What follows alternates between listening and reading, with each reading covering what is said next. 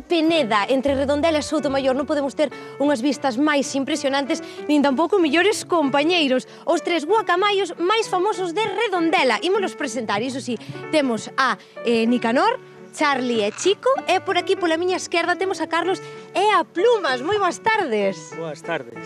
Estamos desexando velos en acción. Estas aves exóticas, mirade para aquí, que fermosas, que plumaxe e que inteligencia. Hombre, moi inteligentes. Que son capaces de facer? Que imos a ver esta tarde destes tres bichiños?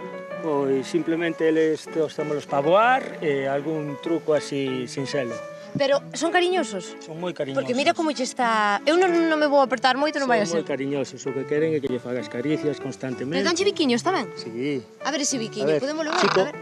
Ai. Moi ben. Mira que fermosura. Moi ben. E o máis importante de todo, con este ceo maravilloso que temos hoxe, poden voar. Poden voar. Agora mesmo? Agora mesmo. Sí, para xa dar aí un voceviño. Vamos alá. Ben, vamos alá. Veña. Subido. A ver, a ver, a ver.